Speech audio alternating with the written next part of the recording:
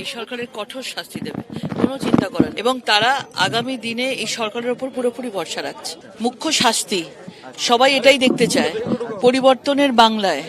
আমরা অভয়া দেখতে চাই না, আমরা দেখতে চাই যারা যারা আছে তারা শাস্তি পাক। অলরেডি 3 জন অ্যারেস্ট হয়েছে, পুরোপুরি এক্সট্রিম শাস্তি হবে এটুকু বলতে পারি। তদন্তটা আমাদের সকলের সামনে উনি ডিজি সাহেবকে নির্দেশ দিয়েছেন যে কোনো বায়াসনেস যাতে না থাকে, যারা সত্যিকারের দোষী তারা যেন সর্বোচ্চ শাস্তি পায়, আর যারা সত্যিকারের দোষী নয় তাদের এগেনস্টে যেন কোনোভাবে অ্যাকশন না নেওয়া হয়। আমাদের দিক থেকে কোনো অ্যাকশনে খামতি নেওয়া হবে না। নারী নির্যাতনের ক্ষেত্রে zero tolerance means zero tolerance. BJP কেউ মানে আটকানোর চেষ্টা করছে, এই তথ্যটা কি সামনে কেউ এনেছিলেন বা এই তথ্য? অবশ্যই সেই তথ্যটা সামনে এসেছিল, সেটা একেবারেই ঠিক নয়।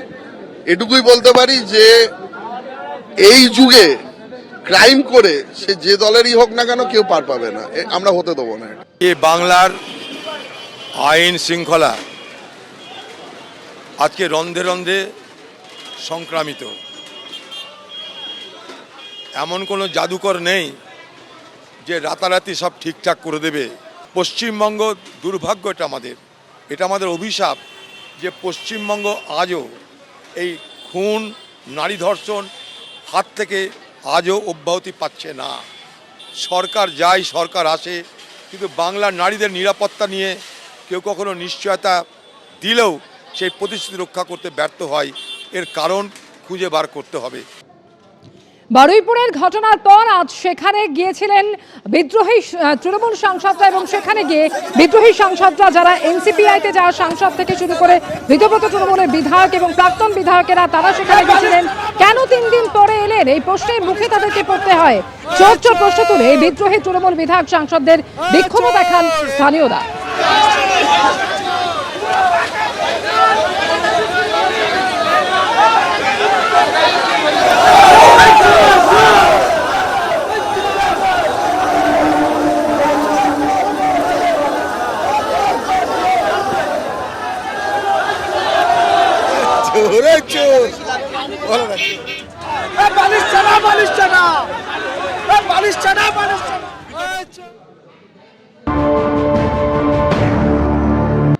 আমার প্রতি যদি তাদের কোনো অভিমান থাকে তাহলে তারা 100 বার আমাকে বলতে পারে। যেরকম ভাবে 1 মিনিটের জন্য আটকাবে, ঠিক সেরকম ভাবে আধ ঘন্টার জন্য ভেতরে ঢুকিয়ে কথাও বলবে।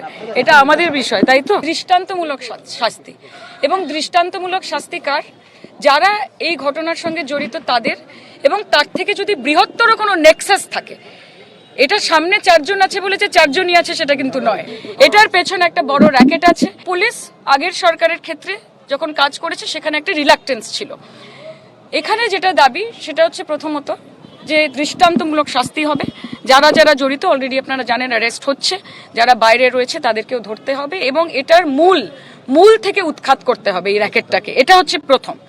দ্বিতীয় হচ্ছে একটা জনরোষ তৈরি হয়েছিল, যেই জনরোষটা এমন পর্যায়ে পৌঁছেছে যেখানে স্বতঃস্ফূর্তভাবে এখানকার মানুষ তারা এগিয়ে এসেছেন, তারা প্রতিবাদ করেছেন। কারণ যেই ছোট্ট বোনটির সাথে এই ঘটনাটা ঘটেছে, আমি তার ব্যাপারে যতটুকু শুনেছি সে এখানকার সবার খুব কাছের ছিল। এটা একটা ব্যক্তিগত লস, এটা একটা পরিবারের লস না, এই গোটা এলাকার, এইখানে প্রত্যেকটা মানুষের লস। কাজে এখানে একটা ইমোশন জড়িত, তাই সবাই রাস্তায় নেমেছিল।